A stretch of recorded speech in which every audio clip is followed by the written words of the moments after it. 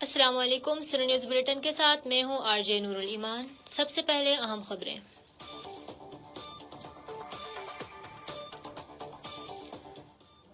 بھارت نے مقبوضہ کشمیر میں مسلم شناخت مٹانے کے لیے مزید 45 تعلیمی اداروں، سڑکوں اور کھیل کے میدانوں کے نام بدل کر کشمیریوں کے ہاتھوں مارے جانے والے بھارتی فوجیوں کے نام سے منسوب کرنے کا اعلان کر دیا.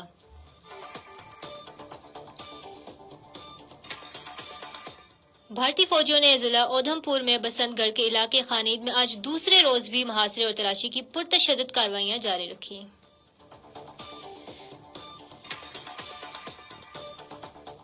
جموں خطے میں لوگوں نے سیاسی اور دیگر بنیادی حقوق اور جموں کشمیر کی ریاستی حیثیت کی بحالی کے حق میں احتجاجی مظاہرے کیے.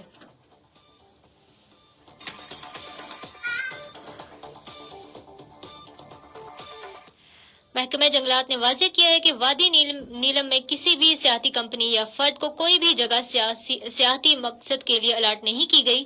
اس بارے میں سوشل میڈیا پر خلاف حقائق اور بے بنیاد خبریں پھیلائی جا رہی ہیں.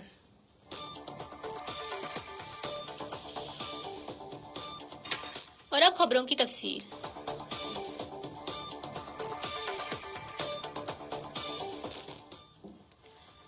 بی جے پی کی زیر قیادت بھارتی حکومت نے مقبوضہ جموں کشمیر کے مسلم تشخص کو مٹانے کے لیے اپنی کوششوں کے ایک حصے کے طور پر مزید 45 تعلیمی اداروں، سڑکوں اور کھیل کے میدان کا نام تبدیل کر کے انہیں علاقوں میں مختلف واقعات میں ہلاک ہونے والے بھارتی فورسز اہلکاروں کے ناموں سے منسوب کرنے کا اعلان کر دیا ہے. ماضی قریب میں مقبوضہ جموں کشمیر میں سینکڑوں تعلیمی اداروں، سڑکوں اور اہم مقامات کے نام تبدیل کیے جا چکے ہیں. قابض انتظامیہ نے ایک حکم نامہ جاری کیا ہے جس میں متعلقہ حکام کو نام تبدیل کرنے کے حوالے سے تقریبات منعقد کرنے کی ہدایت کی گئی ہے. سیاسی ماہرین اور تجربہ کار اس اقدام کو مسلم اکثریتی جموں کشمیر پر ثقافتی الغار کی ایک بڑی سازش کے طور پر دیکھتے ہیں. بھارتی فوجیوں نے ضلع اودھم پور میں بسنت گڑھ کے علاقے خانید میں آج دوسرے روز بھی محاصرے اور تلاشی کی پرتشدد کارروائیاں جاری رکھی. ضلع کپواڑہ کے علاقے گجر پتری میں بھارتی فوجی کیمپ کے قریب پراسرار دھماکے میں 2 خواتین زخمی ہو گئیں. زخمی خواتین کی شناخت ناہیدہ اختر اور افروزہ بیگم کے نام سے ہوئی.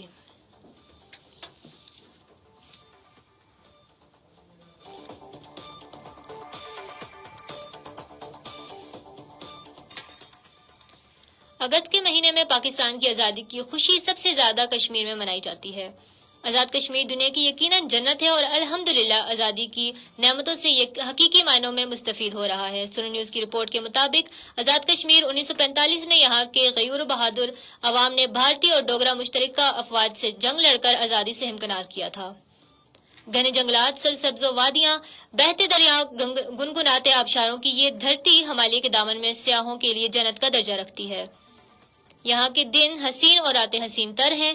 آلودگی سے پاک صاف شفاف فضا میں رات کا نظارہ اور بھی دلکش ہوتا جاتا ہے. پہاڑوں پر روشن بجلی کی کمکمیں اور آسمان پر جلملاتے ستارے آپس میں یوں مل جاتے ہیں کہ سمجھ نہیں آتی کہ زمین کہاں پر ختم ہوتی ہے اور آسمان کہاں سے شروع ہوتا ہے.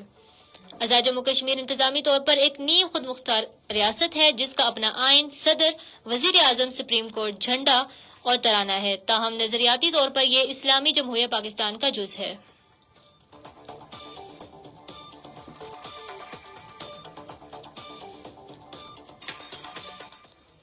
ادھر مقبوضہ جموں کشمیر میں کالے قوانین کے مسلسل نفاذ کے باعث بڑے پیمانے پر انسانی حقوق کی خلاف ورزیوں کا سلسلہ جاری ہے. کشمیر میڈیا سروس کی ایک رپورٹ میں بھارتی حکومت کی طرف سے متنازع قوانین کے بے دریغ استعمال کو اجاگر کیا گیا جس کا مقصد یہاں سیاسی اختلاف رائے کو دبانا اور خوف و دہشت کا ماحول قائم کرنا تھا. ترجمان محکمہ جنگلات آزاد جموں کشمیر نے واضح کیا ہے کہ وادی نیلم میں کسی بھی سیاحتی کمپنی یا فرد کو کوئی بھی جگہ سیاحتی مقصد کے لیے الاٹ نہیں کی جائے گی. اس بارے میں سوشل میڈیا پر خلاف حقائق اور بے بنیاد خبریں پھیلائی جا رہی ہیں. محکمہ جنگلات نے رواں سال میں سرکاری اراضی کو کسی بھی سیاحتی مقصد کے لیے کسی ٹورزم کمپنی کو منتقل نہیں کیا. محکمہ جنگلات نے سال 2022 کے تحت ضابطہ 30 کنال سرکاری اراضی مفاد عامہ اور ملکی دفاعی مقاصد کے لیے دفاعی اداروں کو منتقل کی تھی اور اس کے متبادل کے طور پر محکمہ مال نے محکمہ جنگلات کو 30 کنال اراضی دی تھی. تاہم رواں سال کسی بھی جگہ کو کسی بھی سیاحتی مقصد کے لیے الاٹ نہیں کیا گیا. ترجمان نے کہا کہ اس سلسلے میں پروپیگنڈا بے بنیاد اور حقائق کے منافی ہے. اور اب موسم کی اپ ڈیٹ.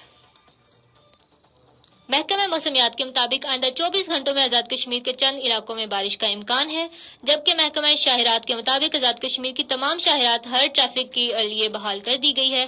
البتہ کوہالہ روڈ پر وقفے وقفے سے لینڈ سلائیڈنگ کے چہرے کے پیش نظر NHA اور محکمہ شاہرات کی مشینری وہاں موجود ہے جو شاہراہ کو بحال رکھے ہوئے ہے۔ اس کے ساتھ ہی اس وقت تک کی خبریں ختم ہوئی۔ تازہ ترین خبروں اور تبصروں کے لیے جڑے رہیے سونا FM 89.4 سے۔ تب تک کے لیے خدا حافظ۔